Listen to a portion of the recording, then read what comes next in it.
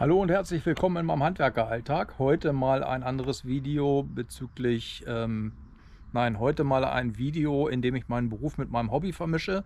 Hier im Hintergrund sieht man den Traxxas UDR, mit dem möchte ich heute einen Fahrdynamiktest machen. Mir ist der vordere Stabilisator gebrochen. Ich habe mir deswegen von Stabilisatoren gekauft und möchte jetzt einmal demonstrieren, fahren nur mit dem hinteren Stabilisator, vorne komplett ohne, und später dann fahren vorne und hinten Vitaphon stabilisierte, also noch stärkere Stabilisatoren. Viel Spaß beim Zugucken. Ich bin selbst auch gespannt auf das Ergebnis.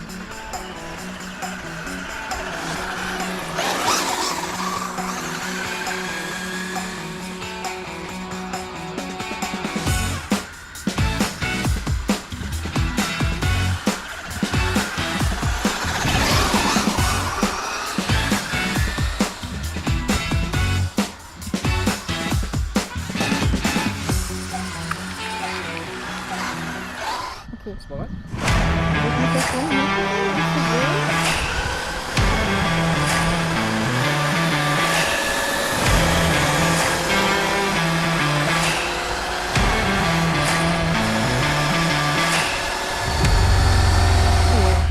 Okay, ist bereit? Das Mikrofon machen, nicht zu sehen.